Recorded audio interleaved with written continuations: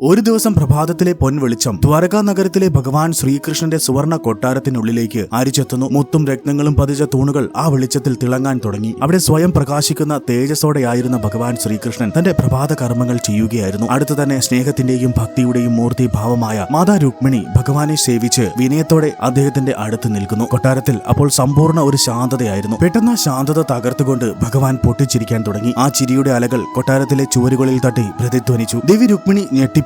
ലോകം മുഴുവൻ ചിരിക്കുമ്പോഴും ചിരിക്കാത്ത ഭഗവാൻ അതും ഒരു മുന്നറിയിപ്പുമില്ലാതെ ഇങ്ങനെ ചിരിച്ചതിന്റെ പിന്നിൽ എന്തായിരിക്കും കാരണം? രുക്മിണി ദേവിയുടെ മനസ്സിൽ പല ചിന്തകളും മിന്നിമറഞ്ഞു. തന്റെ സേവയിൽ എന്തെങ്കിലും കുറവുണ്ടായോ? ഭഗവാന് തന്നോട് നീരസം തോന്നിയോ? ആദ്യോടെ രുക്മിണി ദേവി ഭഗവാനോട് ചോദിച്ചു, അങ്ങ് പെട്ടെന്ന് ചിരിച്ചതിന് പിന്നിലെ രഹസ്യം എന്താണ്? എന്നിൽ എന്തെങ്കിലും പിഴവുകൾ ഉണ്ടെങ്കിൽ ക്ഷമിക്കണം. അതെന്തായാലും അങ്ങ് ദയവായി എന്നോട് പറയുക. ഇല്ലെങ്കിൽ എന്റെ മനസ്സ് ഈ ചിന്തയിൽ അസ്വസ്ഥമായിരിക്കും പ്രഭു. ഭഗവാൻ ശ്രീകൃഷ്ണൻ ലോകത്തെ മുഴുവൻ തന്റെ ലീലയിൽ ചുറ്റിക്കുന്നവൻ. സ്നേഹത്തോടെ ദേവി രുക്മിണിയെ നോക്കി പുഞ്ചിരിച്ചു. പ്രിയേ, അങ്ങയ്ക്ക് തെറ്റുപറ്റുക എന്നത് അസാധ്യമാണ്. എന്റെ ചിരിക്ക് കാരണം മറ്റൊന്നാണ്, ഭഗവാൻ പറഞ്ഞു. തുടർന്ന് അദ്ദേഹം വിരൽ ഒരിടത്തേക്ക് ചൂണ്ടി. ദേവി രുക്മിണി അങ്ങോട്ട് നോക്കിയപ്പോൾ കൊട്ടാരത്തിന്റെ നിലത്ത് ഒരു ചെറിയ ഉറുമ്പ് തന്റെ ദേഹം മുഴുവൻ കുലുങ്ങും വിധം മറ്റൊരു ഉറുമ്പിന്റെ പിന്നാലെ ഓടുകയാണ്. അത്ഭുതത്തോടെ രുക്മിണി ദേവി ചോദിച്ചു, ഈ കാഴ്ച കണ്ടിട്ടാണോ പ്രഭു അങ്ങ് ചിരിച്ചത്? ഭഗവാന്റെ മുഖത്ത് ആഴമേറിയ ഒരു പുഞ്ചിരി വിടർന്നു. എന്നിട്ട് അദ്ദേഹം പറഞ്ഞു, ദേവി രുക്മിണി, ഈ ഉറുമ്പിനെ കണ്ടില്ലേ? ഞാൻ എന്റെ ലീലയാൽ ഞാൻ ഇവനെ 14 തവണ ഇന്ദ്രനാക്കിയിട്ടുണ്ട്. സ്വർഗലോകത്തിന്റെ അധിപനായി അവിടുത്തെ സകല സുഖ സൗകര്യങ്ങളും ഇവൻ 14 തവണ അനുഭവിച്ചു തീർത്തു. എന്നിട്ടും ഭഗവാന്റെ ശബ്ദം ഒരൽപ്പം താന്നു. ഇവന്റെ ആസക്തി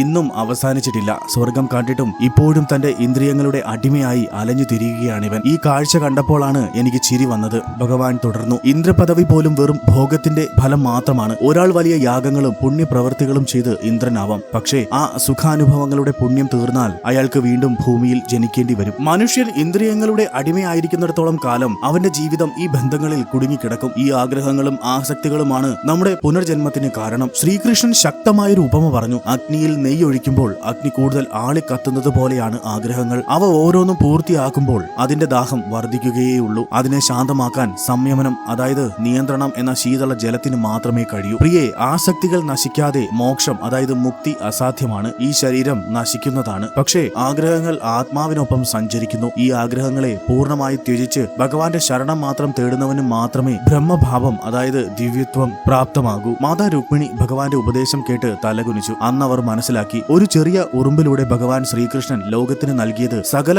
സുഖങ്ങളെയും ജയിക്കേണ്ട ജീവിതത്തിന്റെ ഏറ്റവും വലിയ പാഠമായിരുന്നു. സുഖങ്ങളെയും ആഗ്രഹങ്ങളെയും എത്ര കണ്ടാലും അനുഭവിച്ചാലും മതിവരാത്ത മനുഷ്യന്റെ മനസ്സിന്റെ ബന്ധങ്ങളെക്കുറിച്ചാണ് ഈ കഥ ഓർമ്മിപ്പിക്കുന്നത്. ആസക്തിയെ നിയന്ത്രിച്ച് ആഗ്രഹങ്ങളിൽ നിന്നുള്ള മോചനം നേടുക എന്നതാണ് മുക്തിയുടെ വഴി. ജയ് ശ്രീ രാധാകൃഷ്ണ. രാധേ രാധേ.